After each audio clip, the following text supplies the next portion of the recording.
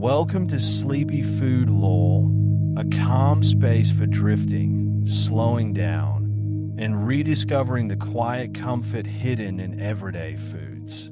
Tonight, we'll rest beside something simple and familiar, a bowl of soup. If you'd like, you can ease yourself into a comfortable position now. Let your shoulders drop.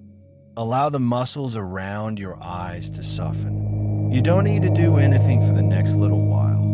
There's nowhere to be and nothing to finish. The stories and thoughts you'll hear tonight don't require any attention at all. They're made to be listened to loosely, like soft conversation at the edge of sleep. Soup has always been a food that waits for you. It doesn't hurry. It simmers quietly while the world keeps moving, letting time do most of the work. A pot of soup can seem like it breathes, a slow movement of steam curling up into cool air, rising, fading, rising again.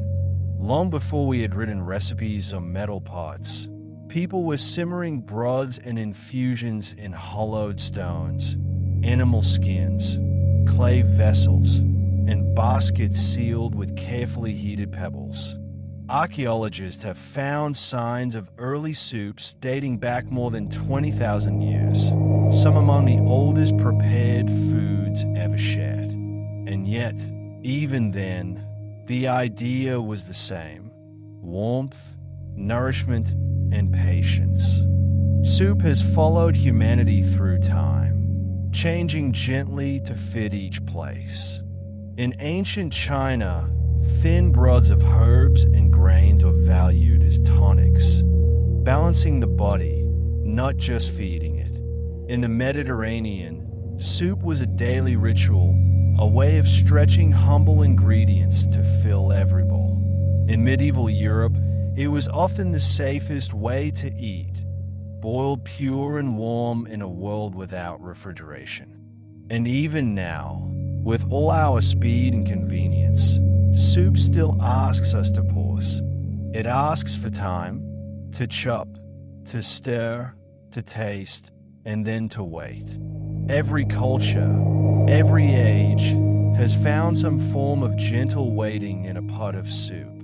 You might picture a bowl now, the soft mist rising, catching lamplight, hands wrapped around its sides, feeling warmth soak into chilly fingers. The first spoonful cooling slowly, the fragrance carrying memories of kitchens, families, small gestures of care. Soup does this quietly. It gathers and holds comfort. When you hold a bowl of soup, it almost feels like it's holding you back. It asks nothing but to be tasted slowly. It is, in its essence, a pause you can eat. So as we begin tonight's journey into the stories and history of soup, from the first prehistoric broths to the ceremonial soups of every continent, allow yourself to settle a little deeper. Let the breath rise and fall as gently as steam from a simmering pot. And if you drift away, that's perfectly fine. The story of soup will wait for you, just as a bowl always does, patient, warm, and ready whenever you return. What soup is can be described in many ways, and yet, at its heart, it is always simple. Soup is water, time, and heat. That's all. 3 quiet companions that meet in a pot and stay together long enough to become something more. You can start almost anywhere: a stream, a well, a kettle, a handful of vegetables, a bone, a grain, a leaf. But none of these things become soup until they meet patience. Water alone is only water. Ingredients are only parts, waiting. Heat begins the change, but time is the soul of soup. If you listen closely, soup tells you what it is becoming. A faint whisper from the bottom of the pot, where small bubbles begin to rise. First quietly, almost hesitantly, then in a steady rhythm that never hurries. Bubbling, breathing, releasing faint curls of steam that fog the air just above. Soup is a food that never rushes to the table. It waits. It doesn't fight for attention. It doesn't demand precision. You simply give it warmth and a little space, and it gives flavor back in return.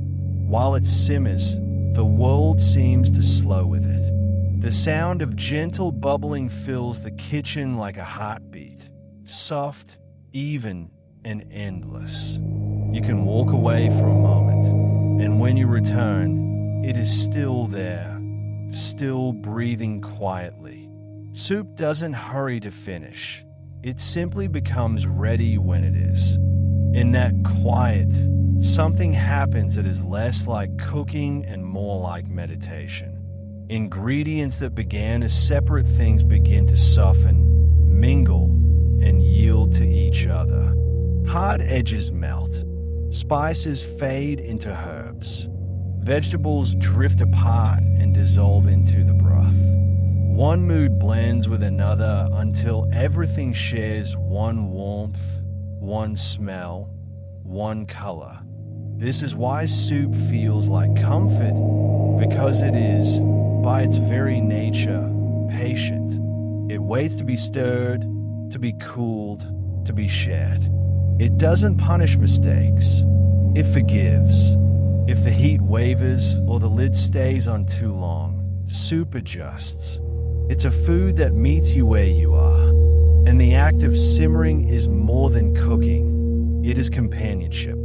The pot sits quietly on the stove, whispering small sounds. A soft hiss, a slow bubble. Sometimes a faint click of the lid as steam pushes and recedes. It's the kind of sound that seems to match your breathing without you noticing. Time moves differently beside a pot of soup. Minutes stretch out. The scent drifts from kitchen to hallway to room, settling into fabric, reminding you that something gentle is happening just out of sight. The longer it simmers, the kinder it tastes, as though patience itself is becoming part of the flavor. What soup is warmth made visible. It's time that can be tasted. It's patience you can hold in a bowl.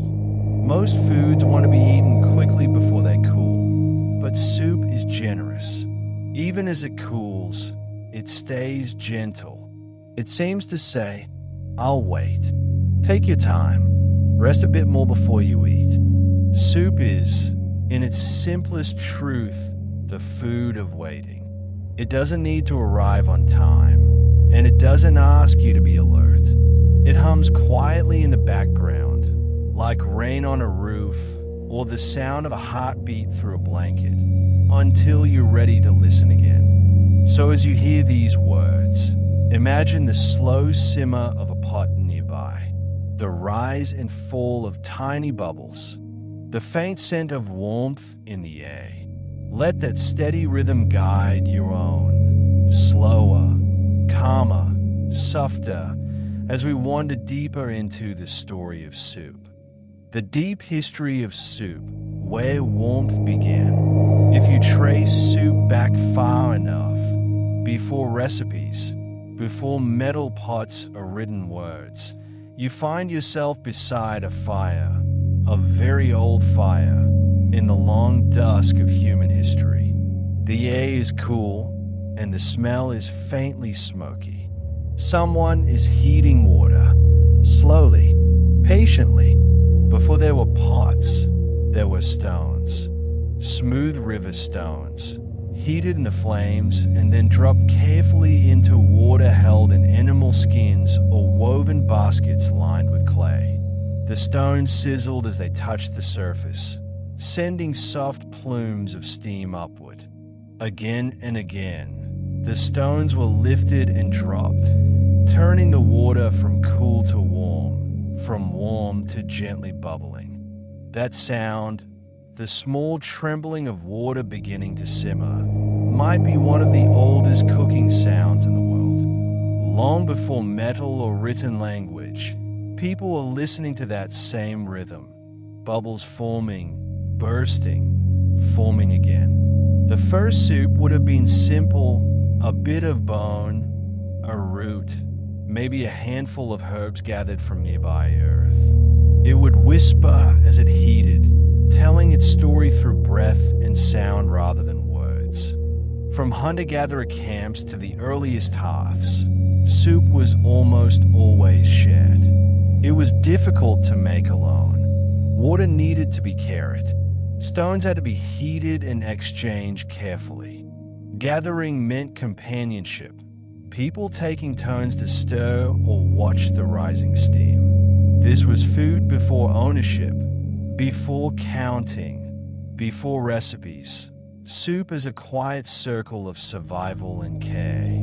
When people began to shape clay into vessels that could survive the fire, something changed. They could leave the stones behind. Now the fire could touch the outer edge of the pot directly, and the simmer could last longer, steadier, deeper. In the earliest Neolithic hearths, fragments of clay still hold traces of grains, roots, and tiny bones. You can imagine the sound, still the same slow, repeated bubbling, but now surrounded by walls of clay instead of hide. The fire flickers. The scent of boiling roots gathers in the air. Ancient China offers some of the oldest true broths that archaeologists have found. Animal bones gently boiled in bronze vessels more than 3,000 years old. Some of those pots still bear thin, chalky rings where the broth once simmered, ring after ring like the memory of long patience. These soups were seen not just as food, but as medicine, gentle, balanced, full of life drawn out of the bones themselves. Even now, slow broths remain an important part of Chinese comfort. Food that warms from the inside, soft but enduring. Across the deserts and river valleys of Mesopotamia, clay tablets mention stews and soups made from lentils, barley, and herbs. These were the rhythms of early cities. Water from the river, grain from the fields, crushed herbs from gardens nearby. The cooks in those first kitchens were carrying on a tradition thousands of years old, combining heat, water, and waiting, though they may not have thought of it as tradition at all, just the way you made a meal. In ancient Egypt, great pots simmered in palace kitchens and village homes alike. Clay bowls filled with lentil soups, onion broths, and gentle mixtures of vegetables were common daily fare. The Nile brought water and plants, and the sun gave heat to dry and season. When night fell, fires did the same. The bubbling of soup was a constant, steady reminder of sustenance, of something ready when the people returned tired from the fields. Boiling water, over and over, century after century, that sound became part of human life. Always the same, bubbles forming, rising, disappearing, then replaced by new ones. Warm air meeting cool air, turning to mist. The scent of food and smoke winding together until it felt like comfort itself. The Greeks took broth and made it philosophy. In their view, good soup reflected balance between hot and cold, dry and moist, part of the same harmony they saw in the stars and seasons. Soldiers and farmers alike ate their black broth, a dark, simple meal of meat and vinegar said to strengthen without luxury. It was neither feast nor punishment. It was balance held in a bowl. The Romans turned soup into sophistication. They had names for every variation: thick pottage of vegetables, thin broth stirred with herbs and olive oil. In their villas, steaming bowls stood beside bread, olives, and wine, eaten slowly in warmth and ease. Yet even at their grandest, Roman soups still began the same way. Clear water brought to heat, small bubbles, rising steam, the quiet language of comfort that had already been spoken for thousands of years. Across all these civilizations, the same gestures repeat. The stirring, the leaning into smell, the sound of liquid whispering as it barely moves, the pot that seems alive, humming softly in its breath of heat, and again, the bubbles, always the bubbles, the tiny spheres that appear and vanish beneath the surface, each one carrying away a fraction of the world's worry. If you close your eyes, you can almost hear them now, that slow recall of water meeting heat, meeting time. It's the same sound the hunter heard at the fire, the same sound echoing in a Stone Age camp, in a Chinese bronze cauldron, in an Egyptian clay jar, in a Roman kitchen. The sound of soup becoming itself. Boiling water is a kind of lullaby. It doesn't leap or shout. It repeats itself gently. Each bubble rises, forms, and falls back again. Soft repetition, infinite and familiar. The way waves touch a shore, or wind hums through trees. And this is perhaps the truest secret of soup's long history, that through all the ages, in every language, it has been the same quiet partnership between people, fire, and water. What began with hot stones and smoke became bronze, then iron, then the humble saucepan on your own stove. But the rhythm, that gentle bubbling, that patient waiting, never changed. Boiling water, always turning, always whispering, always waiting.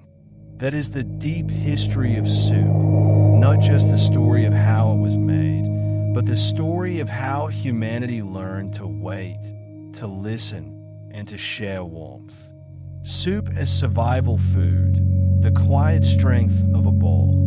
If you've ever leaned over a warm bowl when times were lean, even just once, you already know what this part of the story feels like.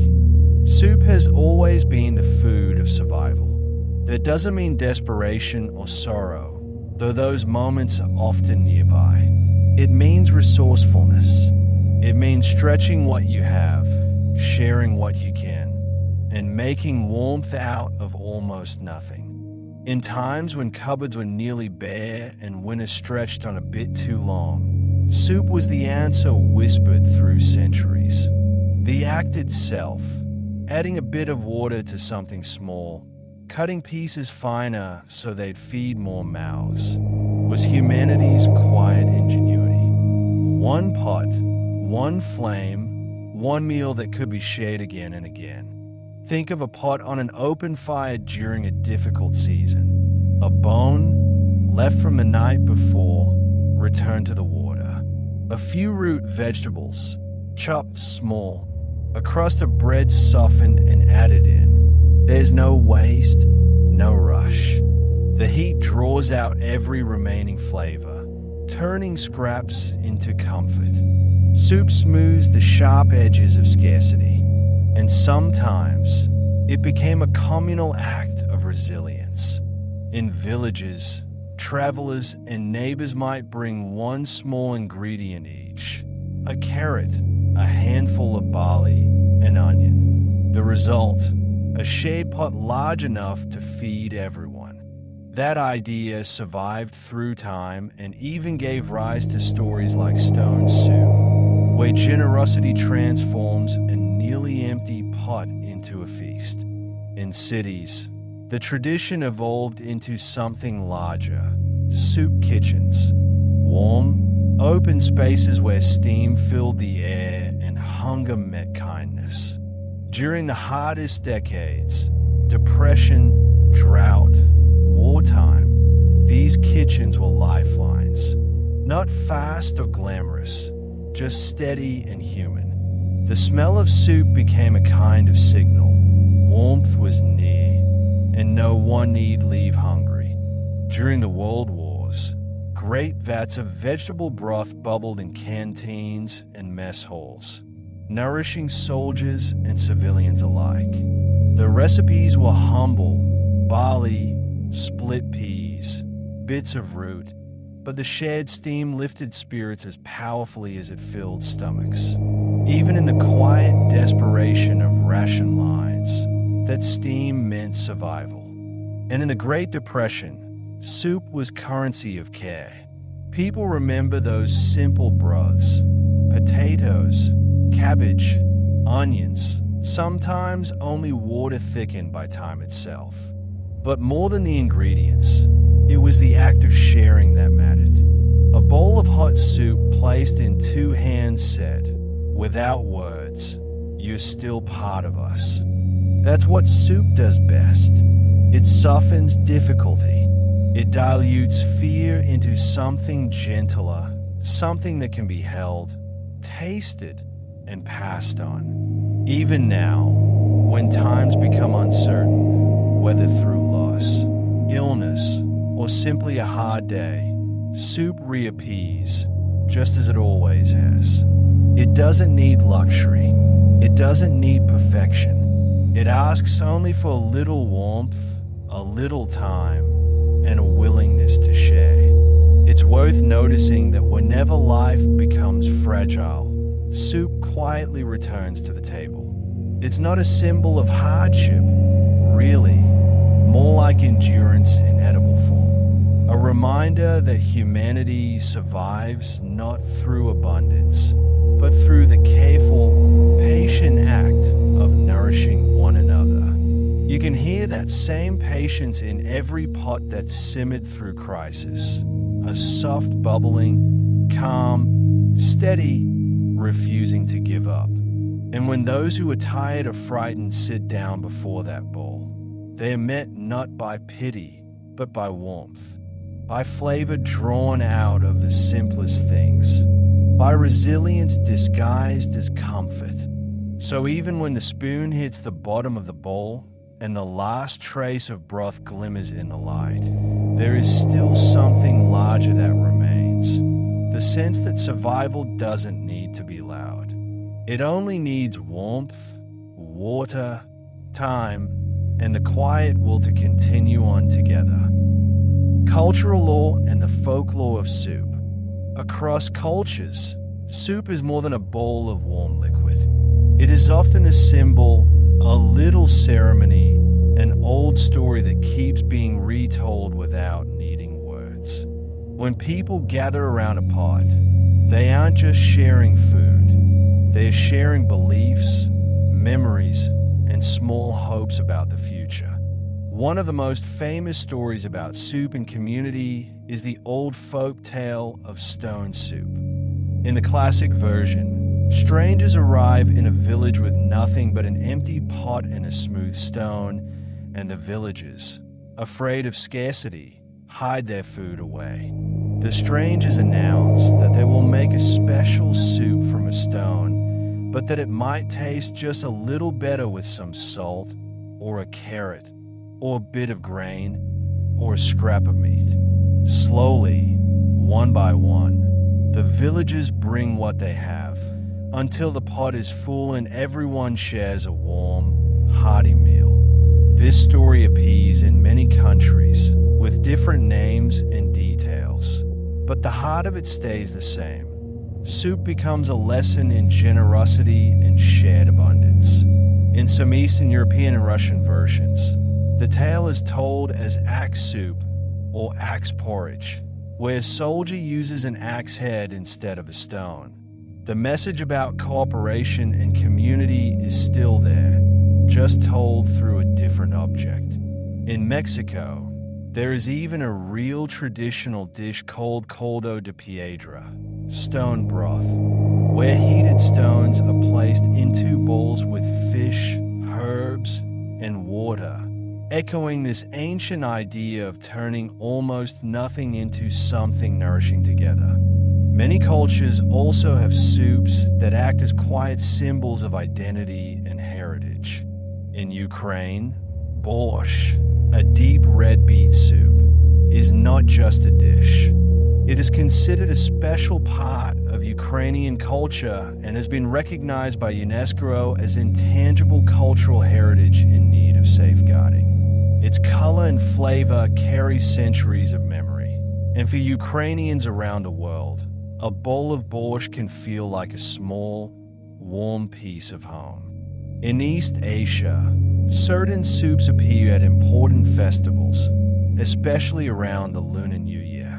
Noodle soups and dumpling soups can stand for long life, prosperity, and smooth transitions into the new year. So families gather around the table to sip broths that are believed to invite good fortune and health.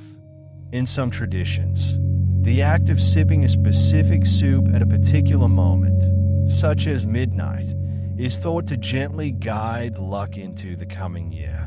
There are also soups we might think of as healing stories. In Jewish tradition, chicken soup is so closely linked to comfort and recovery that it's often nicknamed Jewish penicillin. It appears at holidays, family gatherings, and on sick days, almost like a warm blanket in edible form. The belief that this soup can soothe the body and spirit is passed down through generations, part medical, part emotional, and entirely wrapped in family lore. Many festive or ceremonial soups carry their own quiet codes and symbols. In some cultures, certain grains in soup represent abundance. Beans hint at prosperity, and leafy greens stand in for renewal and growth. The choice of ingredients becomes a gentle language. Garlic as protection, herbs as blessings, clear broths as symbols of purity or clarity, spicy soups as warmth and life. In some rituals, elders receive the first bowl not just out of respect, but because they are seen as carrying the connection to ancestors and the past. Soup can also be part of rites of passage. At weddings in parts of East Asia, a clear chicken soup or herbal broth may be served as a symbol of harmony, vitality, and a good future together. The round shape of the bowl and spoon can be read as a sign of completeness and unity, with every sip quietly reinforcing the wish that the couple's life will be whole and balanced. In other ceremonies, special soups appear at coming-of-age events, funerals, or ancestral rites, where bowls are offered to the dead or to the spirits as a sign of remembrance and respect. In Korea, ceremonial tables laid out for ancestral memorials often include rice, side dishes, and one or more soups, such as beef soup or chicken soup, placed in carefully ordered rows. The soup is not just food. It is part of a structured offering, a respectful way of keeping bonds with previous generations alive. The steam rising from the bowl can be seen as carrying thoughts and honor upward toward those who are no longer physically present. Soup also appears in stories of comfort during grief. Some traditions teach that when someone is mourning, bringing them a simple, well-made soup is one of the gentlest and most appropriate gifts. It doesn't overwhelm, doesn't require complex conversation, and can be sipped slowly even when the heart is heavy. The act of preparation itself, chopping, simmering, tasting, becomes a small ritual of care. In other places, large pots of soup are linked with celebration and community pride. In the American South, for example, gumbo, a thick, stew-like soup with African, indigenous, and European influences, is often at the center of gatherings and festivals, a symbol of shared history and cultural mixing. The many ingredients and influences in gumbo mirror the many peoples and traditions that shape the region. turning a simple pot into a story about identity and belonging. And so, in all these quiet ways, soup steps beyond the role of just food. It becomes a lesson about sharing in the stone soup tales, a symbol of national heritage in bowls like Ukrainian borscht, a sign of good fortune in New Year broths, a medicine of the heart in chicken soups brought to the bedside. If you listen closely to these stories, the pattern is always gentle and familiar. A pot, some water, a handful of ingredients, and the choice to share. That's the heart of soup in folklore, the belief that when we simmer, wait, and ladle from the same pot, we quietly affirm that we belong to one another. As you rest here, you might imagine those many kitchens and gatherings, steam rising in winter, candles reflecting on broth, elders lifting the first spoon, children learning the taste of home from something warm and simple.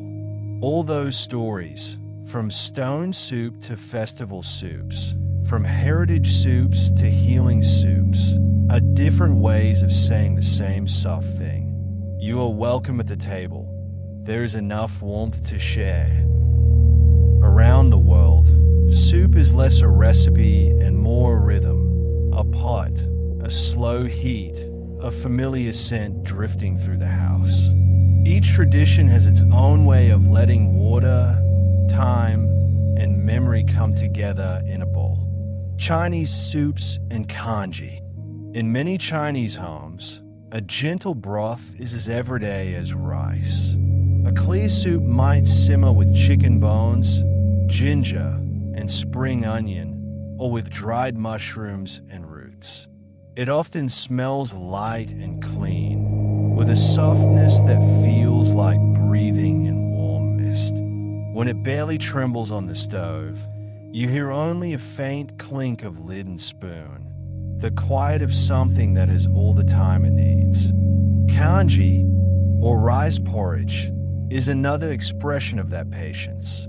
Rice and water cooked together until each grain loosens, dissolves, and becomes part of a smooth, comforting whole. It can simmer for hours until the pot sounds like a slow, thick whisper instead of a rapid boil. Ladled into bowls, it flows rather than splashes, and steam rises in gentle clouds, carrying a grainy, comforting aroma that hints at simplicity and care. Japanese miso and clear soups. Japanese miso soup is a study in calm balance. It begins with a light stock, often from kelp and dried fish, that smells faintly of the sea and forest together, clean and savory. Miso paste is dissolved in this warm liquid, not boiled hard, so the simmer stays mild and respectful. The surface barely ripples, as if the soup is breathing quietly under its own thin layer of steam. Clear soups, too, are about subtlety. A few slices of mushroom, a leaf of green, maybe a soft tofu cube. Everything is arranged so there is space in the bowl. When it is ladled, the broth pours like liquid glass, and the delicate aroma rises only when you bring the bowl closer. You might lift the bowl in both hands, feel the warmth travel into your palms, and sip slowly, as though you are drinking a small, orderly pause in the day. Vietnamese pho. Pho fills the air long before it fills the bowl. The broth is often simmered with bones, charred onion and ginger, and fragrant spices like star anise and cinnamon. It smells laid. First the warmth of spice, then the sweetness of slow-cooked bones, then the brightness of fresh herbs.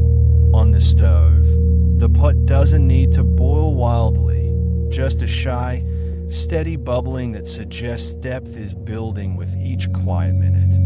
When pho is ladled, the broth flows first, clear but rich, followed by a soft thud of noodles sliding into place. Steam rushes up, clouding the air with a perfume of anise, basil, and lime. From one angle, it's a meal. From another, it's a kind of aromatic fog that gathers family and strangers around the same table, each bowl a small, fragrant world of its own. Korean stews and soups. Korean stews and soups often arrive at the table still gently boiling in heavy stone or metal bowls.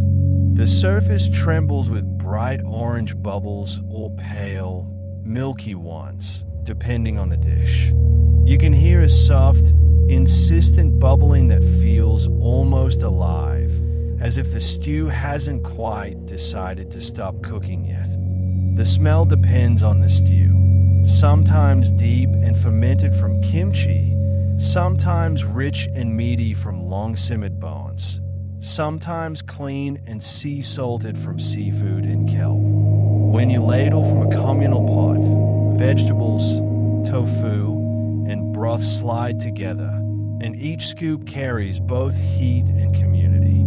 From another angle, these stews are winter companions, the kind that push warmth into you with every spoonful so that your hands, your face, and even the air around you feel a little less cold. French pottage and country soups. French pottage is the soup of fields and gardens, blended or chunky, often based on leeks, potatoes, and other simple vegetables. On the stove, the pot smells of butter and slow-softened onions, with a sweet, earthy undercurrent from roots and herbs. The simmer is modest, a low, secretive bubbling beneath the lid. It sounds like a pot that intends to stay there all afternoon, unhurried. When ladled, pottage is thick, moving more like velvet than water. It falls into a bowl with a quiet plop, and then spreads out slowly, smoothing itself into place. From one angle, it's an everyday farm soup. From another, it's a soft blanket in liquid form, reflecting a long tradition of using whatever the land gives and turning it into something gently refined. Italian minestrone. Italian minestrone feels like a whole garden has been invited into one pot. Beans, pasta or rice, tomatoes, greens, and whatever vegetables are in season. As it cooks, the scent changes with time. First raw tomato and herbs, then deeper notes of garlic and olive oil, then the cozy smell of starch and beans thickening the broth. The pot speaks in soft, busy sounds, small bubbles that tap gently against pieces of carrot, zucchini, or beans. Ladling minestrone is an act of abundance. Each scoop is crowded, beans and vegetables, perhaps some small pasta shapes, all surrounded by a gently colored broth. From above, the bowl looks like a mosaic of shapes and colors. From another angle, it's a kind of edible calendar, quietly reflecting the season. What's growing, what's available, what needs to be used with care instead of wasted. Eastern European borscht. Borscht, especially the beet-based versions of Eastern Europe, looks like a bowl of captured sunset, deep red, sometimes almost purple. As it simmers, the kitchen fills with the earthy, slightly sweet smell of beets, often joined by cabbage, carrots, and sometimes meat or bone. The bubbling is slow. You often see small, pinkish foam collect at the edges, showing that the vegetables are giving themselves up to the broth. When poured, borscht can be thin and clear or thick and hearty, depending on style. The ladle leaves streaks of red on its metal, and the bowl glows with color, even before any garnish is added. From one angle, it's just soup.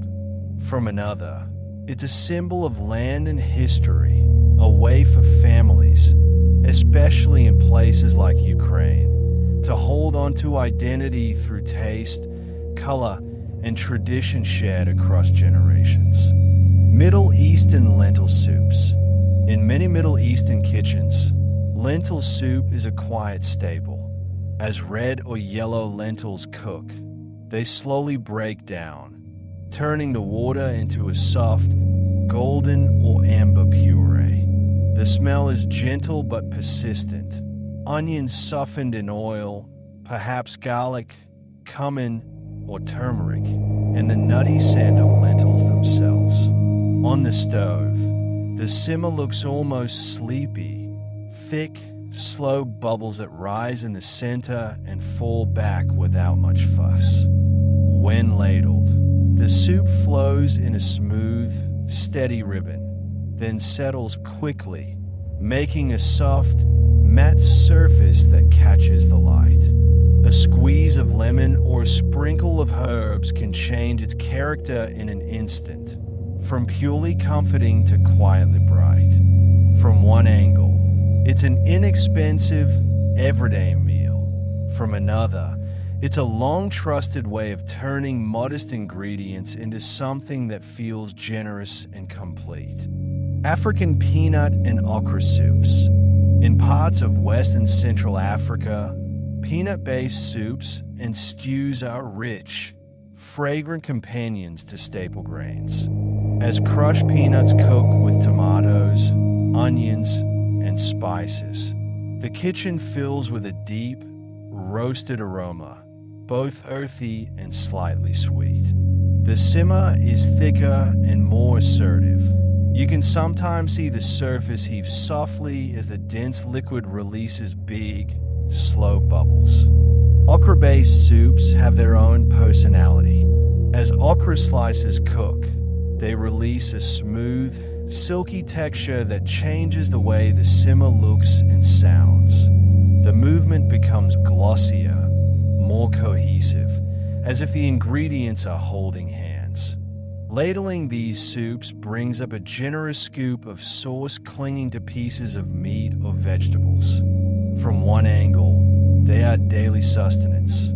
From another, they are a celebration of local crops, peanuts, okra, greens, made into something warming and communal. Latin American caldo and pozole. Across Latin America, clear broths known as caldos often serve as restorative meals.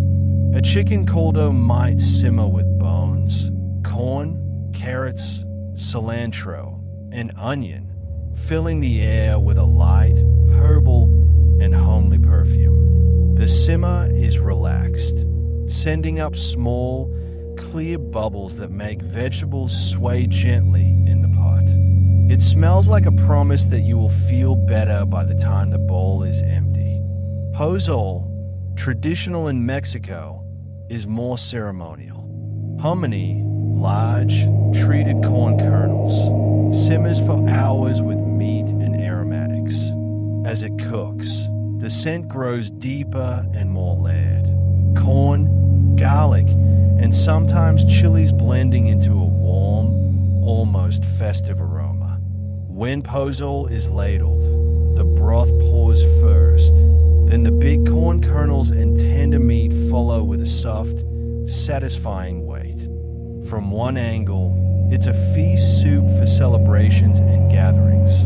From another, it's a story about corn as the heart of life, retold quietly in every shared bowl. If you imagine all these pots at once, Chinese kanji, Japanese miso, Vietnamese pho, Korean stews, French potage, Italian minestrone, Eastern European borscht, Middle Eastern lentil soups, African peanut and okra stews, Latin American caldos and pozole, you can almost hear a global chorus of gentle bubbling. Each one smells different, some grassy, some spicy, some earthy, some clean and clear. Each one simmers at its own pace, on its own stove, under its own sky. And yet, when they are ladled into bowls and held in human hands, they are doing the same quiet work, offering warmth, connection, and a place to rest, one slow spoonful at a time. Soup has a way of showing up when life feels a little fragile. This part of the story is quieter, closer to the body. The way soup moves through sick rooms, tired evenings, and the small rituals of being cared for. When someone is unwell, soup often appears without being asked. A light broth, a simple chicken soup, a clear vegetable soup. Nothing complicated, nothing that demands effort. It is chosen precisely because it is gentle, easy to swallow, easy to digest, warm without being overwhelming. Even the steam feels kind, loosening the breath, softening a sore throat, warming a chilled face. There's a particular tenderness to soup made by a parent, a grandparent, a partner, or a close friend. The act begins long before the bowl reaches the bedside. Someone stands at the stove, chopping more carefully than usual, tasting a little more often, adjusting salt and heat not just for flavor but for comfort. The person cooking is thinking of the person who will eat, their tiredness, their appetite, what they liked as a child, what they might manage today. That thoughtfulness becomes part of the soup, even if you can't name it. Often, the soup is left on the stove, just quietly waiting. The burner is turned low or switched off and then back on again, so the soup never rushes and never quite cools. It sits there, covered, holding its warmth the way a blanket holds body heat. In many homes, this is a familiar sight during illness or long days. A pot that is not hurried, ready whenever the person feels like trying a spoonful. No fixed meal time, no pressure. Just, it's there when you want it. Reheating becomes its own gentle ritual. The pot is put back on the flame or the bowl back in the microwave, not to transform the soup, but simply to bring it back to life. You hear the soft beginning of tiny bubbles at the edges. See the surface relax as it warms. The smell returns first, that subtle mix of broth, vegetables, herbs, and only then does the spoon dip in again. Each reheating says, you don't have to finish it all at once. You can take what you need when you're ready. Soup eaten in bed or on a couch moves at a slower pace than soup at a table. The bowl may rest on a tray or be held carefully in both hands. The spoon travels a shorter distance, from bowl to lips, again and again, in a rhythm that can match slow breathing. There is no need for conversation, no ceremony beyond not spilling. The person might pause between sips, half watching something, half closing their eyes, feeling both the warmth in their chest and the quiet weight of the bowl in their hands. Sometimes only a little is eaten, a few spoonfuls, then a rest. That is one of the gentle powers of soup. It allows for incompleteness. You don't have to finish to receive something from it. Even a small amount can steady blood sugar, soothe the stomach, carry a bit of salt and water back into a tired body. The rest can wait, cooling slightly to be warmed again later. There is also the comfort of familiarity. The soup a parent makes when a child has a cold tends to be the same soup they make for themselves later in life. Over the years, that particular taste and smell become linked with care, with being looked after, with being allowed to stop. Even adults, far from home, will sometimes recreate that remembered bowl, not just for the nutrients, but for the feeling of being gently cared for by someone who loves them, even if that person is now only present in memory. In this way, soup becomes a language of support that does not rely on words. Instead of saying, "I'm worried about you," someone puts a bowl in your hands. Instead of saying, "You can rest now," they tell you, "Eat a little, then sleep." When there isn't much to say, when sickness or sadness fills the room, the sound of a spoon quietly tapping the side of a bowl is enough. So in moments of illness, exhaustion, or emotional heaviness, soup stands in for many things at once: warmth, nourishment, attention, and time. It doesn't ask the eater to be energetic, clever, or cheerful. It only offers what it has: heat, flavor, moisture, softness, and lets the person take as much or as little as they can. In that gentle, patient act, soup becomes more than food. It becomes a form of care, a quiet way of saying, "Stay, heal, I'm here." Soup sits quietly at the edge of many human rituals, a simple food carrying meanings of blessing, protection, and shared life. In this chapter, it stays gentle and calm, with slow reflections on how people have treated soup as something a little more than a meal. In some traditions, soup acts almost like an offering. A small bowl might be placed on a household altar or set aside at a special table as a way of honoring ancestors or guests who are no longer physically present. The steam rising from the bowl can be imagined as carrying thanks, memories, or prayers upward.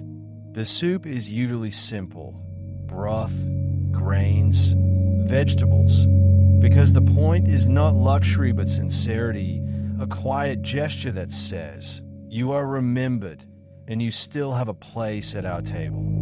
Communal pots appear wherever people gather around a shared fire. A large vessel in the center, with everyone eating from it or being served from it, becomes more than cookware. It is a kind of gathering point for the group. Taking soup from the same pot has long been a way of expressing that people are joined together, part of the same story, the same household, the same village. Even today, when a big pot is set in the middle and everyone ladles their portion one by one, there's a feeling that the pot itself holds a shared life inside it. Soup is often treated as a blessing, both the food and the act of serving it. In some homes, the person cooking will murmur a small wish or prayer over the pot, not as a formal ritual but as a habit learned from older generations. May this nourish, may this comfort, may this bring everyone safely to the next day. When the bowl is handed over, the warmth in the hands feels like that wish made tangible. The blessing is not always spoken aloud. Sometimes it lives in the way the bowl is held and passed, in the care taken not to spill, in the decision to serve others first. Sharing from one pot has symbolic weight. When people eat from separate dishes, they remain slightly apart. When they dip their ladles into the same simmering soup, they affirm a kind of trust. In many families, the first ladleful might go to an elder or to a guest to honor their presence. Children learn, without needing it explained, that taking turns at the pot, not emptying it greedily, and leaving enough for others are part of the unspoken rules of care. The pot becomes a small school of generosity. Soup sometimes appears in the context of religious fasting and abstinence. On days when solid foods are limited or avoided, a light soup or broth may be allowed as a way of sustaining the body gently while keeping the spirit focused.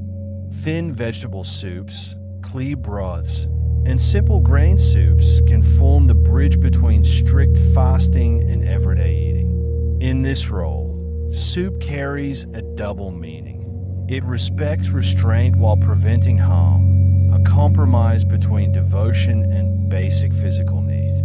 Drinking a modest bowl at sunset or after a long, quiet day of reflection becomes a ritual of re-entry into normal life. Healing broths occupy a special place in folklore. Many cultures have their own version of a restorative soup, simmered for a long time with bones, herbs, or particular vegetables believed to support strength and recovery.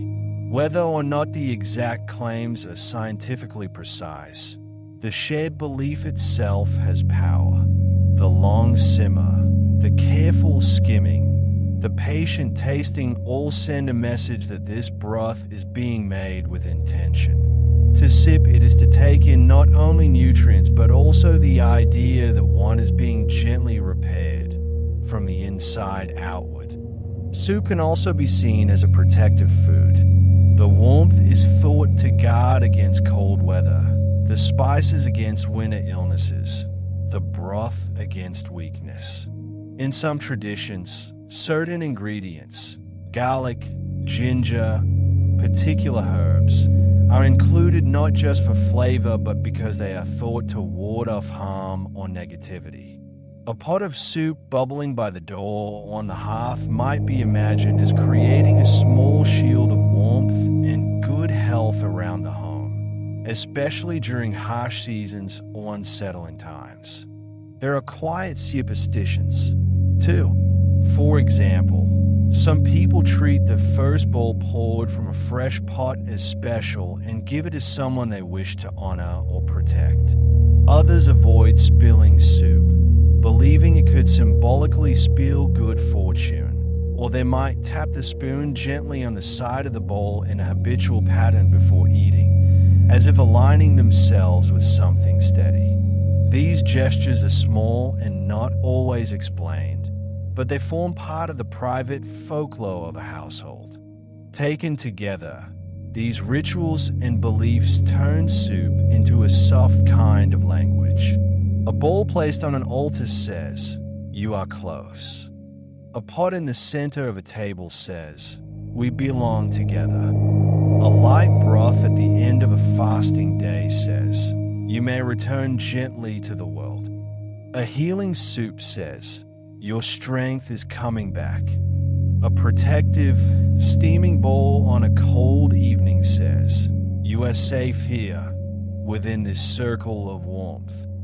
In this way, even the most ordinary soup participates in something quiet and old, the human habit of using simple, warm food to bless, to protect, and to bind people together in moments that words alone cannot quite hold.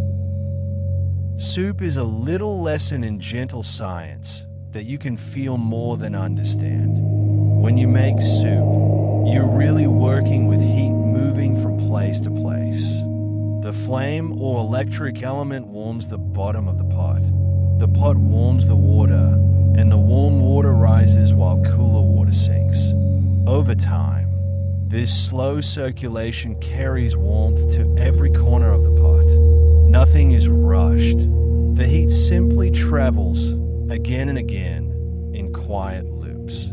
That's why soup doesn't need to be stirred constantly to cook. Heat is already doing a gentle, invisible dance inside the liquid. As the water warms and tiny bubbles begin to appear, something else happens. Ingredients begin to let go of themselves.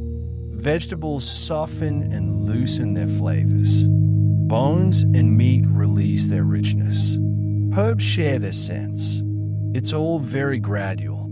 If you listen closely, the pot just murmurs, small bubbles rising, surfaces shifting. The science is simple. Warmth is loosening, dissolving, and blending. But to the ear it sounds like soft, patient breathing. In broths made with bones, chicken bones, beef bones, fish bones, there's another quiet change happening inside the pot. Bones and connective tissues contain collagen, a type of structural protein.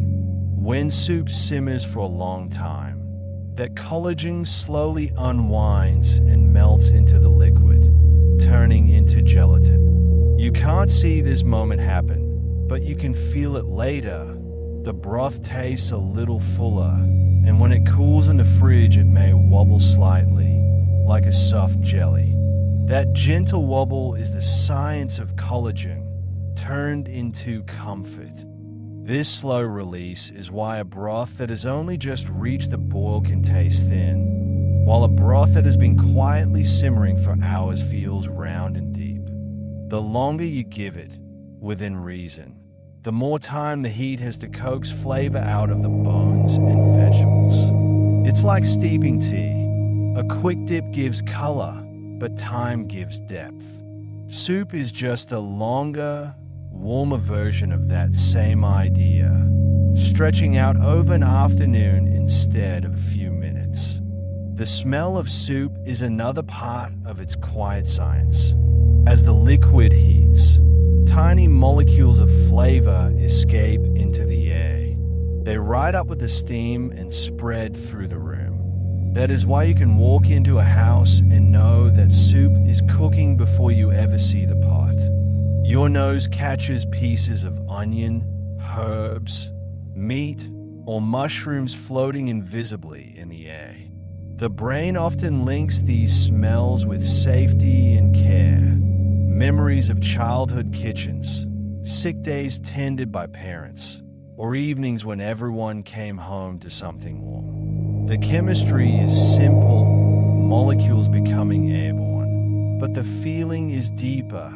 The air itself tastes like comfort. Simmering, rather than hard boiling, changes the way all of this feels. A rolling boil is loud and energetic. A simmer is small and steady. At a simmer, the bubbles are lazy and polite, rising from the bottom in slow clusters instead of crashing at the surface. This gentler movement is kinder to delicate ingredients and gives more time for flavors to mingle without being battered. To a listener, the difference is clear. A simmer sounds like a quiet conversation, while a boil sounds like a crowd. Most people naturally relax more with a softer sound. There's also something calming in the rhythm of simmering. The gentle, repetitive bubbling, the faint ticking of the lid, the steady warmth in the room, all of it forms a kind of background lullaby. The mind doesn't need to pay close attention. It simply notices that something consistent and safe is happening. Just as people fall asleep to the sound of rain or distant traffic, the soft, continuous murmur of a cooking pot can ease the nervous system into a slower, quieter state. On a more physical level, warm soup engages the body in soothing ways. The warmth against the lips and tongue, the way the heat moves down the throat and into the chest, the sensation of the stomach receiving something gentle and liquid, all of that signals you are being cared for to the body. The temperature is usually not scorching, just comfortably hot, which encourages slow sips instead of quick bites. That slower pace can naturally lengthen the breath and relax the muscles in the face and shoulders. The texture of soup plays a role too. Because it is mostly liquid, the body doesn't have to work hard to break it down. Soft vegetables, tiny grains, tender noodles, or pieces of meat float in a medium that is already halfway to being absorbed. This ease can be felt as a kind of relief. The jaw does less, the stomach receives something already softened, and there's no rush. The whole experience, from smell to sip, asks you to move more slowly. Even reheating soup has its own quiet science. When a chilled or cooled soup is warmed again, the heat reloosens fats and gelatin, wakes up aroma molecules, and returns the broth to its fluid, fragrant state. To the senses, it feels like the soup is coming back to life. You see the surface relax and shimmer. You smell the familiar scent bloom again, and you hear the first tiny bubbles return. The ingredients have not changed much, but the temperature has, bringing everything back into a space where the body recognizes comfort. So, behind every simple bowl of soup is a chain of small, gentle processes. Heat moving slowly through water, collagen turning to softness, flavors dissolving and mingling, scent lifting into the air, and a quiet rhythm of bubbles that never quite demands attention. The science itself is straightforward, but when you stretch it out in time, when you let it simmer, breathe, and wait, it becomes something else entirely. A warm, calming presence that reaches both the body and the mind, one soft spoonful at a time. Soup fits into modern life in small, quiet ways, often without drawing attention to itself. It appears at the edges of busy days and in the middle of tired afternoons, offering a pause that doesn't need many words. In cafes, soup often lives on a chalkboard somewhere off to the side. Today's soup, written in simple handwriting. It might be a tomato and basil, a pumpkin and sage, a lentil with lemon, a chicken and vegetable, something that can be ladled again and again from a deep pot. Behind the counter, the soup waits in a warmer, held just below a boil, so it stays ready but unhurried. When it's ordered, you can hear the soft sound of the ladle dipping in, the gentle splash as it fills a bowl or takeaway cup. It's not as flashy as coffee or pastries, but has its own quiet following. People who come in from the cold or the rain, shrug off a coat, and wrap their hands around the warm bowl while the rest of the world keeps hurrying by. For those who carry their warmth with them, there are soup thermoses. In the morning, someone fills the container with hot soup, maybe left over from last night, maybe made especially for the day ahead. The lid twists on, sealing in both heat and aroma. Hours later, at a desk, in a park, or on a work site, that thermos is opened. A faint cloud of steam escapes, smelling like home, or like vegetables and herbs, or like chicken and noodles. The soup is poured into a small cup or sipped straight from the container. It turns a quick break into something softer, a reminder that there is still room in the day for warmth. Soup in mugs is its own small comfort ritual. Instead of a formal bowl on a table, it's a thick mug, sometimes chipped or familiar, held with both hands. The handle might be ignored altogether, so the fingers can feel the heat directly through the ceramic. Sitting on a couch, or at a window, or at a bedside, the mug is lifted slowly, tilted just enough for a small sip. It feels closer to drinking tea than eating a meal. In that form, soup becomes something you can carry from room to room, pausing to sip between pages of a book, between emails, or between thoughts. Frozen soup is another way modern life stretches comfort forward in time. On a weekend, or on a slightly calmer day, someone makes a large pot, more than anyone needs in one sitting. Some is eaten fresh, and the rest is poured into containers, labeled, and tucked into the freezer. Weeks later, on a night when energy is low or the weather feels heavy, those containers come back out. The soup is a small gift from a past self. I knew you would be tired. Here is something ready.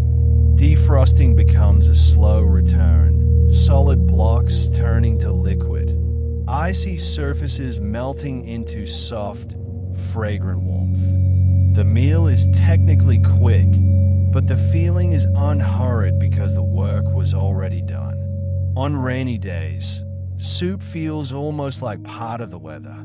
The gray sky, the sound of water on windows, and a pot on the stove seem to belong together.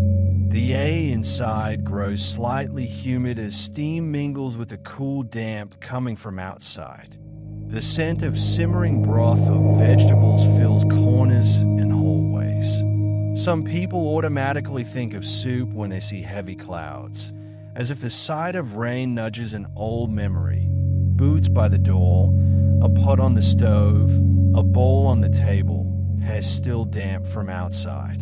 The warmth of the soup seems to answer the chill of the rain. There's also a particular quiet in soup eaten alone. No need for conversation, no need to serve others first, no need to coordinate timing. A person might stand at the counter with a bowl, or sit at a small table, or curl onto a sofa with a tray. The only sound of the spoon touching the side of the bowl, the faint sip, perhaps a small sigh.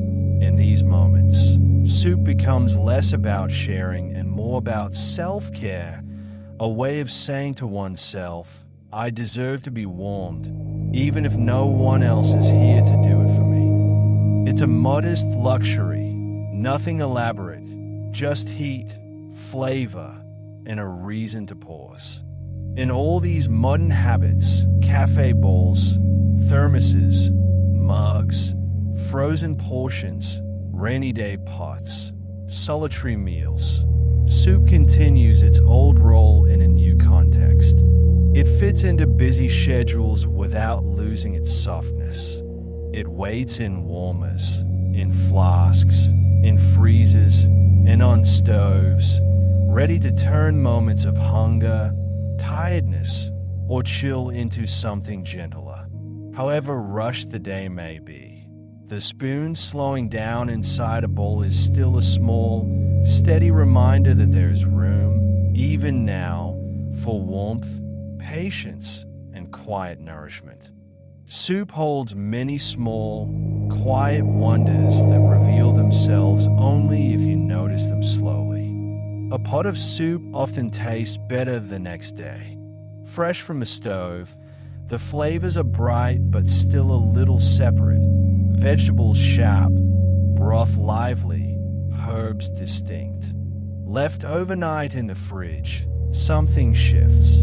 The tastes mingle more deeply, as if they've spent the night getting to know each other. The broth grows rounder, the vegetables fade into it rather than sitting apart. No one adds anything, yet the soup improves itself, quietly teaching that time can be a seasoning. That same restful magic happens with smell too. When soup first finishes cooking, the aroma is bold. Onion, garlic, spice, all arriving at once. Hours later, reheated, the scent changes. It becomes softer, more blended, less insistent. The sharp edges have worn down, leaving a fragrance that feels familiar rather than attention-seeking. If you walk past the kitchen the next morning, the smell seems to have settled into the air itself, patient and unhurried. Soup thickens as it rests, almost like it's thinking about what it wants to be. Starches from potatoes, rice, pasta, or beans continue to absorb liquid and swell, even after the heat is gone. What poured easily from the ladle yesterday now moves more slowly, gaining body and weight. Sometimes the surface develops a thin skin, not a flaw, but a small signature of time spent cooling. Stirring breaks it gently, returning the soup to smoothness, but the texture has changed. Fuller, more substantial, more itself. The sounds of soup are their own little language. Freshly poured into a bowl, it makes a soft shush as it settles. As it cools, that sound fades to stillness. Reheating brings back a different set of noises. First, the faint crackle of cold liquid warming, then small clicks as air pockets expand. Finally, the familiar bubble whisper of simmer returning. Each stage speaks, pouring, cooling, warming, as if the soup is murmuring through its different moods. Steam from soup follows patterns you might not notice unless you watch for a while. At first, it rises in quick, eager wisps, reaching upward fast before dissolving. As the soup cools, the steam slows, howling closer to the surface, curling lazily rather than shooting straight up. In a still room, you can sometimes see it drift sideways, following a current of warm air, tracing invisible paths shaped by the space around the bowl. The patterns shift with every breath, every movement nearby, yet they always return to the same gentle rise and fade. A spoonful lifted from a bowl sometimes pulls a thin thread of broth behind it, connecting liquid to air for a moment before breaking. This happens most with soups that have gelatin or starch, the surface tension holding things together just long enough to notice. It's a tiny, fleeting event, gone before you think about it twice, but it reminds you that soup is alive with small tensions and releases. Cold soup in the fridge often smells different from hot soup on the stove. The aroma condenses, becomes earthier, less volatile. Fat rises to the surface and solidifies, forming pale islands that can be lifted away or stirred back in. When reheated, those fats melt again, carrying flavor with them, changing the character once more. Soup doesn't stay the same. It cycles through versions of itself depending on warmth, time, and stillness. Sometimes soup develops its own small ecosystems. A pot left too long might grow a faint film of bacteria or yeast on top. Not always harmful, sometimes even a kind of natural preservation. In older traditions, people would skim this away and trust the salt and acid underneath. Modern fridges make this rarer, but it's a reminder that soup, left to its own devices, interacts with the air and time around it. The way soup cools in layers is another quiet detail.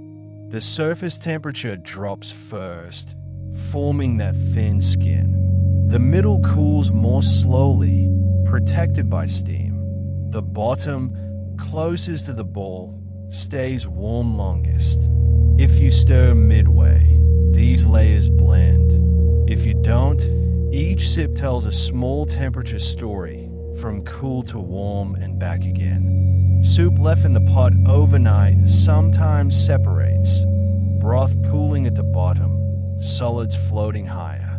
Stirring reunites everything, but the moment before shows how soup holds its parts loosely, ready to come apart and reform. This separateness and reunion mirrors breathing itself. Out, apart, in, together. Even the way soup stains speaks softly. A splash on a wooden spoon darkens the grain temporarily. Broth left in a ceramic bowl leaves faint rings as it dries, marking territory. Red soups like tomato or beet can tint the inside of a white pot with a blush that fades only after many washings. These marks are temporary tattoos, proof that soup was there. When you tilt a nearly empty bowl to catch the last drops, the soup doesn't pour, it creeps. Surface tension and thickness make it slide slowly down the curve of ceramic or glass, cooling at the edge before you can sip it. That final, reluctant movement feels personal, as if the soup is stretching out the goodbye. And sometimes, if the soup is very clear, you can see tiny particles suspended inside, flecks of herb, bits of vegetable, microscopic starch grains, drifting as the broth moves. They settle when still, dance when stirred. Watching them is like peering into a very slow snow globe, where warmth and gravity govern a private, endless snowfall. These are the gentle oddities of soup, Tastes that ripen with waiting, smells that shift with time, textures that change without being asked, sounds that mark every stage, steam that writes invisible patterns in the air. Soup doesn't need to announce them. They simply exist, unfolding quietly as you sit with a bowl, letting warmth do its slow, patient work. Let's drift now into the kitchen together, where nothing is hurried and every step feels like part of a long, slow breath. These are real soups, ones you can taste tomorrow, but told as quiet bedtime stories for your pot and stove. Each one waits patiently, just like everything else tonight. Gentle chicken and leek soup. Begin by finding a pot that feels steady in your hands, the kind with a thick bottom that holds heat kindly. Place it on the stove, cool and waiting. Pour in 2 liters of cold water from the tap. Let it settle there, still and clear. Feel the pot grow a little heavier. Take about 500 grams of chicken thighs, skin on or off as you wish, or a couple of drumsticks if that feels simpler. Lower them gently into the pot. They'll rest at the bottom like they belong there. Now find 2 leeks. They're the soft ones, pale green at the top. Rinse them slowly under running water, letting the dirt slip away. Slice them into 1/2 centimeter rounds, not too thin, and let the pieces fall into the pot. They'll float for a moment before sinking beside the chicken. Add 2 medium carrots. Wash them, then cut into rounds about as thick as your thumb. Drop them in. Take 1 celery stalk and do the same. 1 is enough. Measure 1 teaspoon of salt. Just pour it slowly from your palm, and 1/2 teaspoon of ground black pepper, dark grains drifting down. If you have a bay leaf, add 1. Let it drift. Turn the heat to the lowest setting. That's all. Walk away if you like.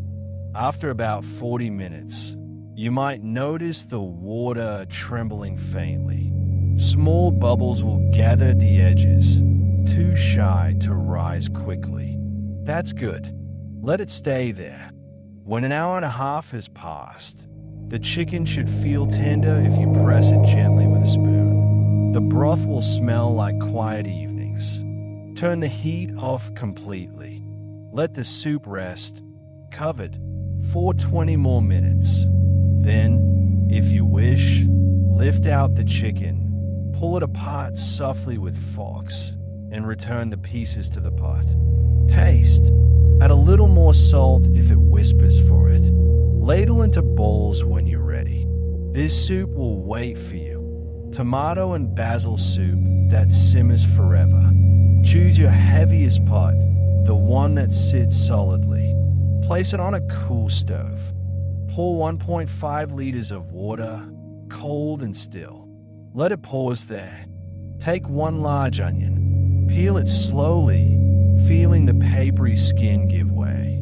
Cut it into rough quarters and let them sink into the water. Now find 5 or 6 large ripe tomatoes, whatever you have. Wash them under a gentle stream, then cut into large pieces, keeping the juicy cores. Add them to the pot. If you have a canned one instead, that's fine too. Just tip in 1 400-gram tin with its juices. Add 2 garlic cloves, peel but whole. They'll soften later. Take 15 mils of olive oil and drizzle it over the top, watching it spread into small golden pools. Sprinkle in a teaspoon of salt. If you like sweetness, add 1/2 teaspoon of white sugar. It balances the tomatoes. Set the heat to very low. The water will barely notice at first. After 20 minutes, small bubbles may appear. Let them. Add 6 or 7 fresh basil leaves if you have them, or 1/2 teaspoon if dried. They'll fade into the red. Let this simmer for 2 hours, or 3 if you have time. The tomatoes will break apart on their own. turning everything soft and rosy. Occasionally stir with a wooden spoon, hearing the gentle slosh. When the soup feels like velvet, smooth, warm, patient, turn off the heat. Let it rest 15 minutes. For a silky finish, tip half into a blender or use a stick blender, pulsing just enough to smooth but not destroy. Return to the pot. Taste. Does it need more salt? Or a drizzle of oil? Serve with bread if you wish, or alone. This soup glows as it cools. Lentil soup that thickens itself. Find a pot that feels like an old friend. Set on the stove, empty. Pour 2 liters of water, cold from the tap. Watch it settle. Take 250 grams of red lentils. No need to sort or rinse too carefully. Just run cool water over them a few times in a sieve. Then add to the pot. They'll sink quickly. 1 onion, peeled and chopped into large pieces. 2 carrots, washed and cut into 1/2 centimeter rounds. 1 celery stalk, sliced the same way. Let them all tumble in. Add 1 teaspoon of ground cumin. Breathe its warmth as it falls. 1/2 teaspoon of ground coriander if you have it. 1 teaspoon of salt. A squeeze of lemon juice, or a splash of vinegar. Turn the heat low. Nothing more. After 30 minutes, the lentils will begin to soften and blur. The water will turn golden. Small bubbles will rise, steady and small. Let it cook for 1 hour total. The soup will thicken as the lentils dissolve, coating the back of your spoon. If it feels too thick, add 250 ml more water. Turn off the heat. Let it rest 10 minutes. Stir once. Taste. It may ask for more lemon or more salt. Ladle it slowly into bowls. This soup grows better with every reheating. Potato and leek comfort. Choose a deep pot. Place it gently on the stove. Pour 1.8 liters of water, cool and clear. Take 3 medium leeks. Rinse them well. Slice into 1/2 centimeter rounds. They'll look like pale green coins. Add to the pot 4 medium potatoes, washed but not peeled. Cut into 2 centimeter chunks. Rough is fine. Let them fall in. 1 small onion, chopped loosely. 2 garlic cloves, smashed gently with the flat of a knife. Measure 15 ml of olive oil or butter. Let it melt slowly over low heat first. Then pour over the vegetables in the pot. Add 1 teaspoon of salt. Now the water. Turn heat to low. After 25 minutes, the leeks will soften. The potatoes will begin to break at their edges. Bubbles will form, lazy and round. Cook 1 hour total. When the potatoes are tender and the broth cloudy, turn off the heat. Let it rest for 15 minutes. Use a stick blender to smooth about half. Leave some chunks for texture. Taste. Does it need a little pepper? Or a swirl of cream if you like. About 100 ml. This soup hugs as you sip it. Mushroom soup that smells like forest. A medium pot will do. Set it on the stove. Pour 1.8 liters of water. Let it wait. Take 400 grams of mushrooms, any kind. Filled mushrooms, buttons, cremini. Wash gently if needed. Then slice into 1/4 centimeter pieces. They'll look soft already. Add to the pot 1 onion, peeled and diced softly. 1 small potato, peeled and chopped into 1 centimeter cubes. Heat 20 ml of butter or oil in a small pan first. Let the onions soften there for 5 minutes over low heat. Then tip everything, onions, fat, and all, into the pot with the mushrooms and water. Add 1 teaspoon of salt and 1/2 teaspoon of dry thyme or small handful of fresh sprigs. Low heat now, forever low. After 30 minutes, the mushrooms will shrink and darken. The smell will fill the room, earthy, deep, alive. Bubbles will rise slowly from the bottom. 1 hour total. Turn off. Rest 10 minutes. Blend half smooth, half chunky. Taste. A 10 ml squeeze of lemon juice wakes it. Serve with a drizzle of oil or soft piece of bread. This soup feels like walking through damp woods. Golden turmeric broth. Heavy pot. Stove. Still cool. 1.8 liters of water. 2 carrots, sliced thickly. 1 onion, quartered. 2 celery stalks, chopped roughly. 250 grams of chicken wings or drumstick bones, or skip for vegetarian. 1 teaspoon of turmeric powder, bright as sunlight.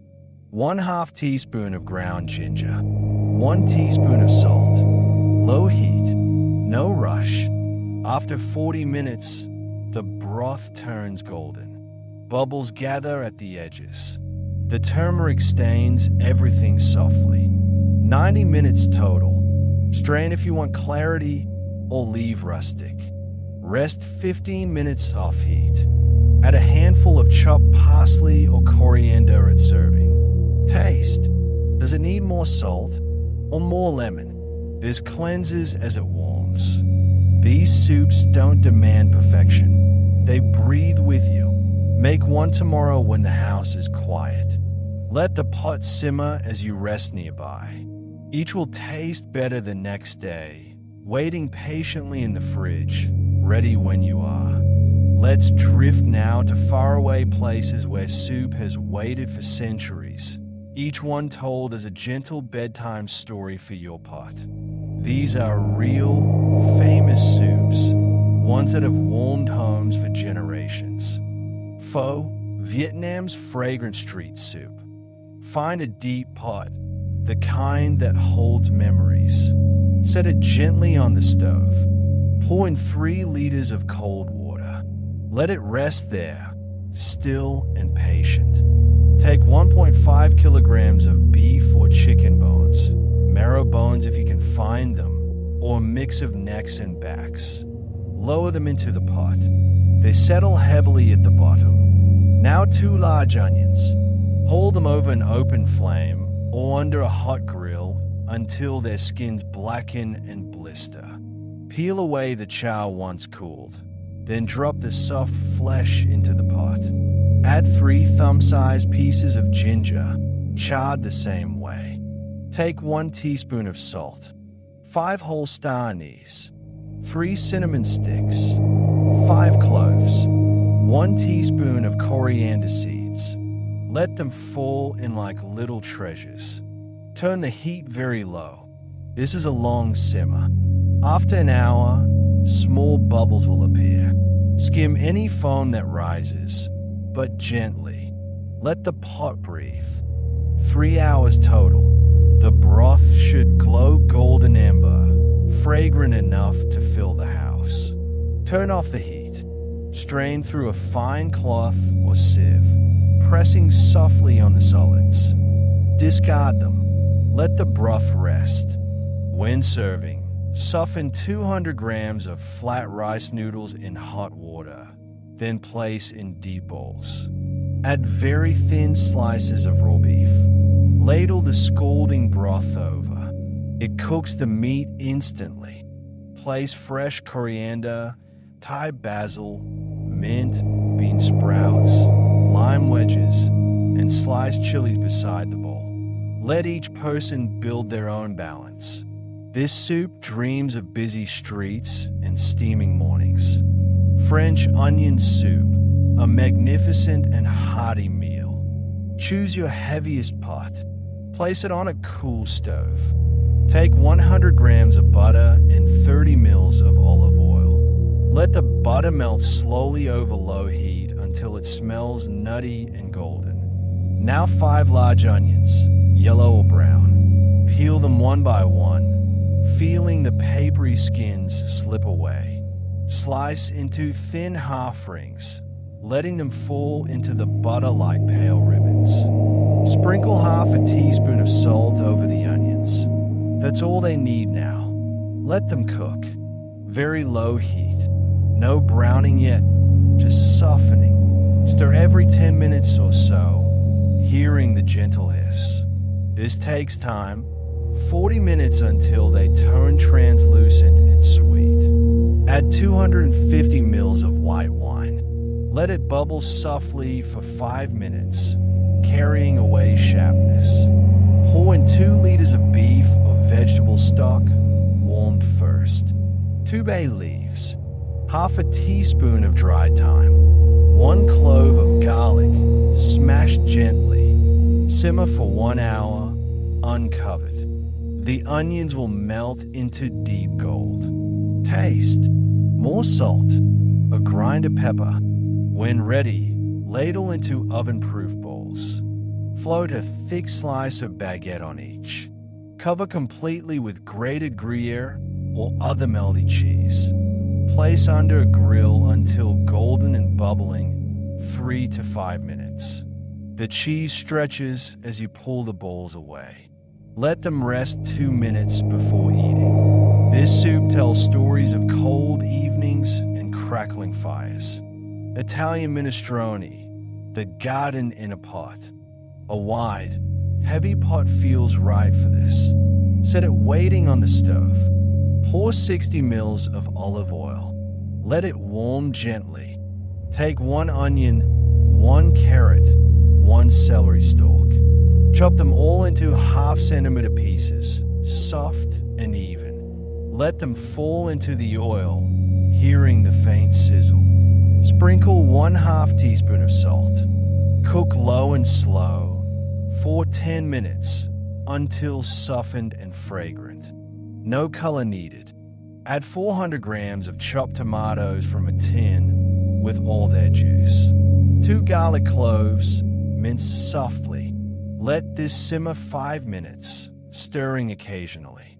Now 2 liters of vegetable stock or water. Let it flow in gently. Half a cup of dried small pasta, ditalini, macaroni, or broken spaghetti. 100 grams of chopped green beans. 1 medium courgette, diced. 1 potato, cut into half-centimeter cubes. 2 bay leaves. 1/2 teaspoon of dried oregano. Let everything settle together. Simmer 25 minutes until the pasta and vegetables soften. Add 400 grams of cooked cannellini or borlotti beans from a tin. Drain softly. Then add 5 handfuls of chopped kale or silver beet. Cook for 10 more minutes. Taste. Does it need more salt? Add a 10 ml swirl of olive oil at the end. Let it rest 10 minutes off heat. This soup carries the weight of seasons and Italian grandmothers. Ladle into deep bowls. Borscht, Eastern Europe's beetroot heart. Find a large pot. Place it on the stove. Take 30 ml of olive oil or butter. Warm it low. 2 onions, chopped, and 2 carrots, grated or finely diced. 1 beetroot, peeled and grated. It bleeds red as you work. Let them all tumble into the fat. Add 1/2 teaspoon of salt.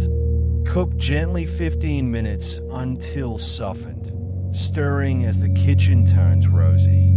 Add 200 grams of shredded cabbage. 2 medium potatoes, diced into 1 centimeter pieces. Let them settle among the red. Pour in 2 liters of vegetable or beef stock. 2 bay leaves. 1/2 teaspoon of caraway seeds if you have them. Simmer for 25 minutes until the potatoes soften. Add 15 ml of tomato paste. 1 more beetroot, diced small for fresh color. Cook 15 minutes more. Turn off the heat. Stir in 10 ml of red wine vinegar or lemon juice. Taste. It should sing softly sweet and sour. Let it rest for 20 minutes. Serve hot or cold with a swirl of sour cream and fresh dill. This soup holds memories of snow and family tables. Moroccan harira, Ramadan's gentle beginning. Choose a deep, heavy pot. Set it waiting. Pour in 30 ml of olive oil. Warm it slowly. 1 onion, finely chopped. 1 celery stalk, diced small. 2 garlic cloves, minced. Let them soften together over low heat, 10 minutes. 1/2 teaspoon of salt. Add 1/2 teaspoon each of ground ginger, turmeric, cinnamon, and black pepper. Let the spices bloom fragrant, stirring 2 minutes.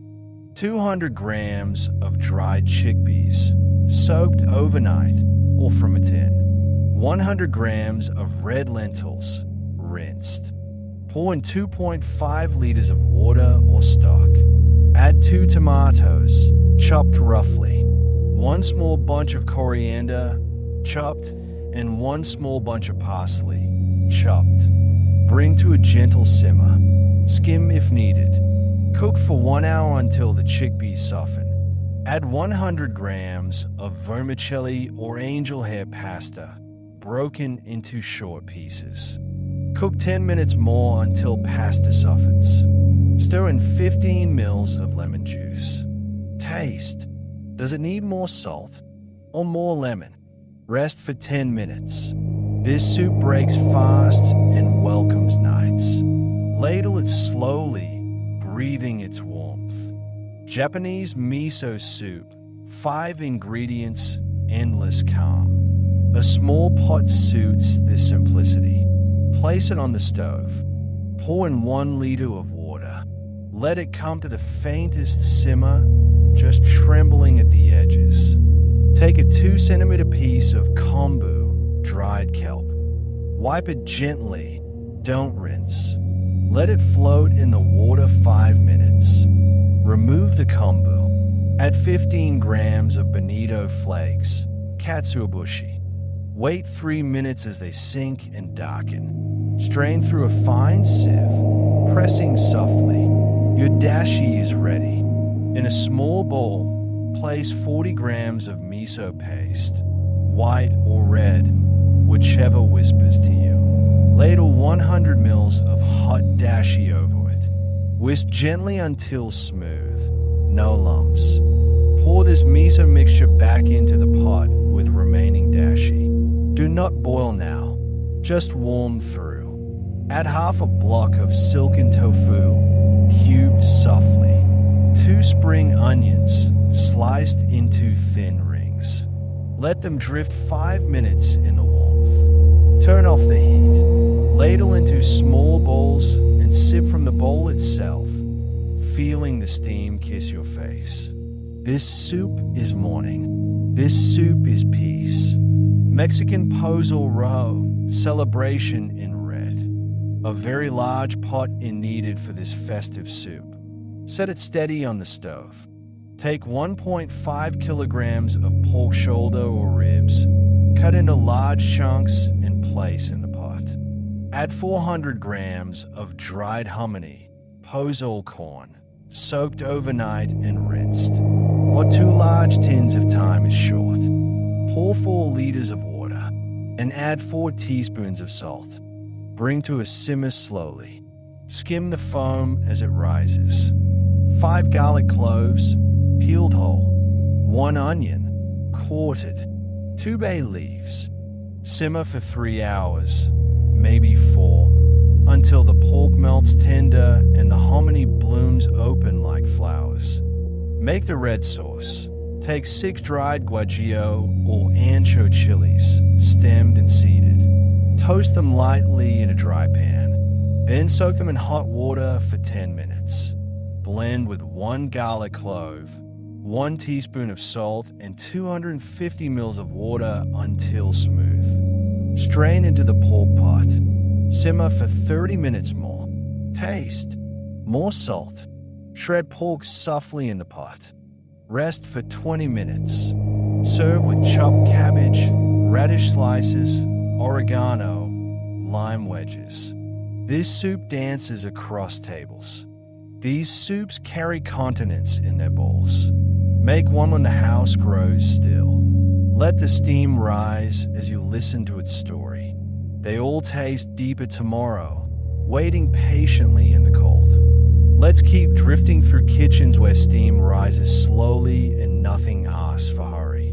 Here are more real soups, each told as a bedtime companion for your stove, waiting patiently when you're ready. Creamy cauliflower soup, whisper white comfort.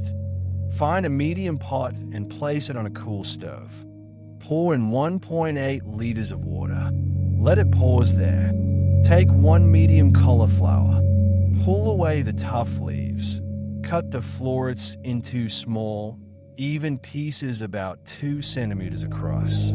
Let them fall softly into the water. 1 onion, peeled and chopped loosely. 2 garlic cloves, smashed gently.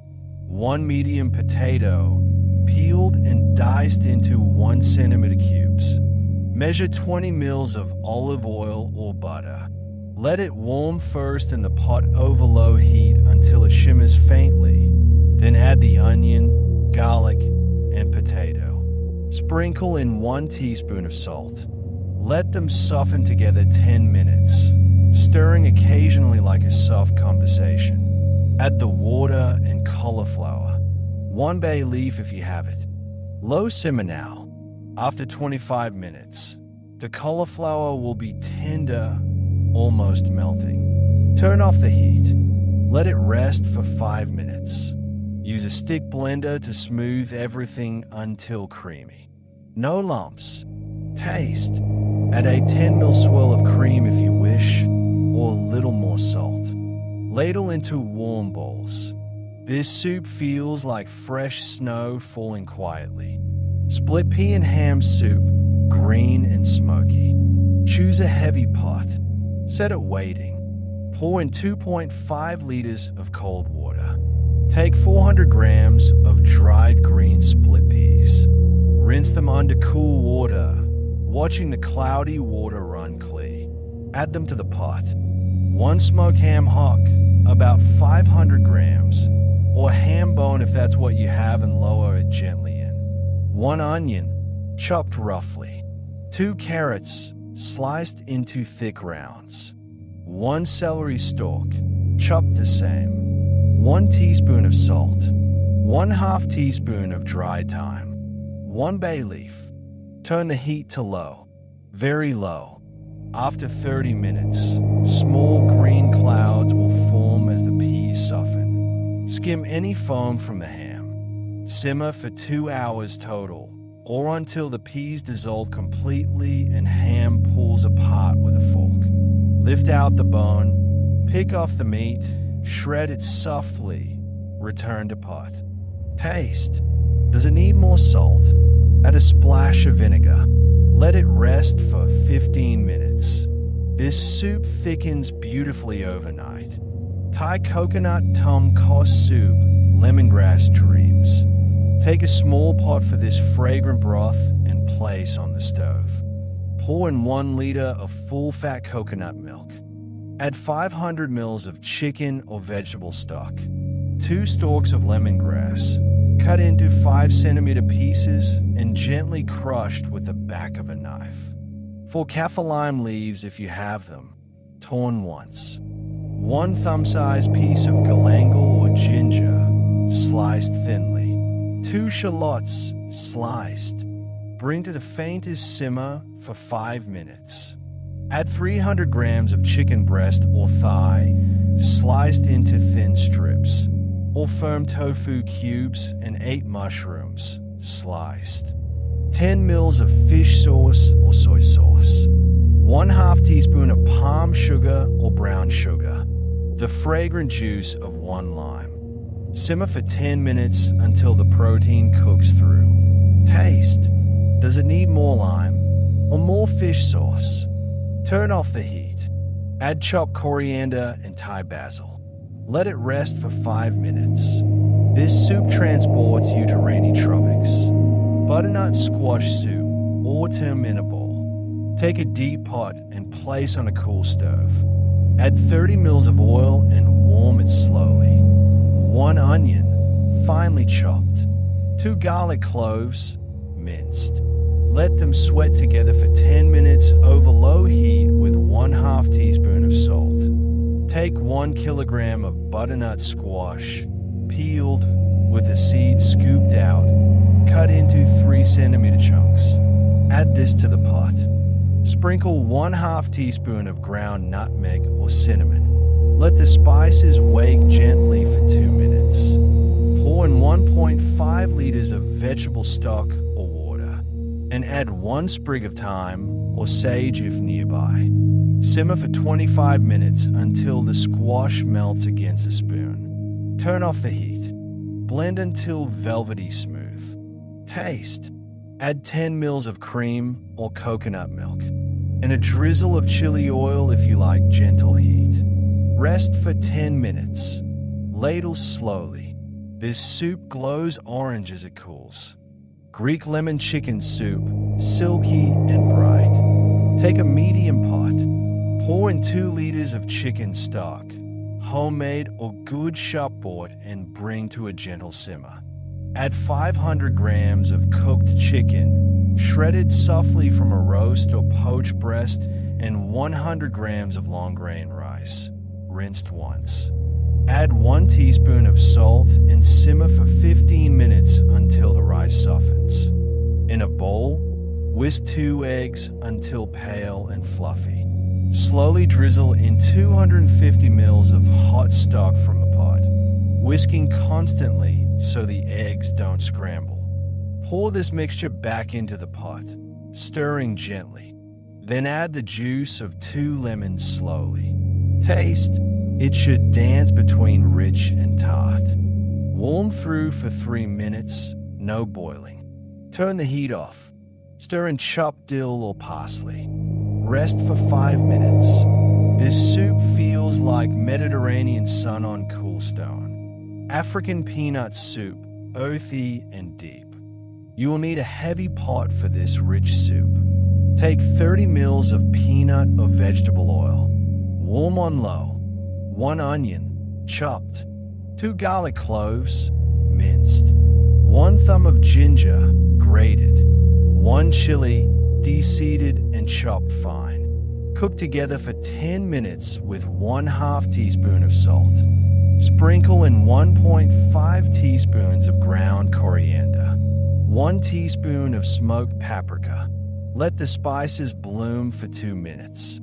Add 2 liters of vegetable stock and 250 grams of smooth peanut butter, then stir until dissolved. 2 sweet potatoes, peeled and cut into 2-centimeter chunks. Simmer for 25 minutes until the potatoes soften. Blend until half smooth. Add the juice of 1 lime. 100 grams chopped kale or spinach and cook for 5 minutes more. Taste. Does it need more lime? Rest 10 minutes. Serve with chopped peanuts. This soup grounds you gently. Irish potato soup, simple half food. Place a large pot on a cool stove. Add 60 grams of butter. Melt it slowly. 2 onions, chopped finely. 2 leeks, white parts only, sliced thin and rinsed. Cook on low for 15 minutes with 1/2 teaspoon of salt. Take 6 large potatoes, peeled and cut into 2-centimeter chunks. Let them tumble in. Pour in 2 liters of chicken or vegetable stock. Add 2 bay leaves. Simmer for 25 minutes until the potatoes dissolve at the edges. Turn off the heat. Remove the bay leaves. Blend until creamy, then stir in 250 ml of cream or milk. Taste. Does it need white pepper? Rest for 10 minutes. Swirl with chopped chives. This soup knows rainy islands. Turkish mercimek, red lentil sunshine. Take a medium pot. 30 ml of olive oil. Warm gently on low heat. 1 onion, diced finely. 1 carrot, diced finely. Cook on low for 10 minutes with 1/2 teaspoon of salt. 2 garlic cloves, minced. 15 ml of tomato paste. 1 teaspoon of sweet paprika. 1/2 teaspoon of cumin. Cook for 2 minutes until fragrant. 400 grams red lentils. Rinsed and add 2 liters of water or stock. Add 1 potato, diced small. Simmer for 30 minutes until the lentils vanish into a golden cream, stirring occasionally. Turn off the heat and add 15 ml of lemon juice and 10 ml of olive oil swirl through. Taste. Rest for 5 minutes. Sprinkle with paprika and mint. Ladle into warm bowls. Mexican tortilla soup. Sopa Azteca. Smoky and festive. Take a large pot and place on a cool stove. 30 ml of olive oil. Warm slowly. 1 onion, chopped. 2 garlic cloves, minced. 2 chipotle chilies in adobo, chopped fine. Cook together for 10 minutes with 1/2 teaspoon of salt. 1 tin, 400 grams of chopped tomatoes. Let it simmer for 5 minutes. Add 2 liters of chicken stock. Now prepare 2 corn tortillas. Cut them into strips and fry until crisp. And then dice 1 avocado for later. Simmer the soup for 20 minutes. Blend half smooth. Turn off the heat. Squeeze in 1 lime. Taste. Ladle the soup over the fried tortilla strips. Top with avocado, crumbled queso fresco, and coriander. This soup is a celebration. Carrot ginger soup, golden and healing. In a medium pot, warm 30 ml of olive oil or butter on low. 1 onion, chopped. 2 garlic cloves. 1 thumb of ginger, grated fresh. Cook together 10 minutes until soft with 1/2 teaspoon of salt. 8 large carrots, peeled and sliced into 1/2 centimeter rounds. Let them tumble in. Sprinkle in 1/2 teaspoon of ground coriander. Let it wake gently. Pour in 1.5 liters of vegetable stock and the juice of 1 orange. Simmer for 25 minutes until the carrots melt tender. Turn off the heat. Blend silky smooth. Taste. Does it need more orange? Or some cream? Rest for 10 minutes. Swirl with yogurt. This soup feels like sunrise through fog. As our time together with soup draws gently to a close, let the mind settle back into what we've shared tonight. Soup, above all, is warmth. Not the kind that startles or demands attention, but the kind that arrives quietly, soaking into cold hands, easing into a tired chest, spreading through a room like a soft sigh. Soup has always been humanity's way of turning heat into comfort. It doesn't shout its presence. It simply waits until you notice the bowl is warm. And soup is care. Whether ladled from a communal pot around a fire, poured from a thermos on a cold walk to work, or set quietly beside a bed during illness, it carries the thoughtfulness of someone. The person who chopped the vegetables a little smaller than usual. The one who tasted and adjusted and covered the pot just so. Even when you make it alone, there is care in the act. Care for the body that carries you. Care for the evening ahead. Care for the simple need to be warmed. So as your breathing slows, let the idea of soup stay with you as a gentle companion through the night. Picture a pot somewhere, still warm, still waiting. Its steam rises in soft, endless curls, rising, fading, rising again. Its bubbles murmur at the edges, small, steady, familiar. Sleep well. Let the world simmer on without you for a while. Soup will still be there tomorrow, patient, waiting, warm.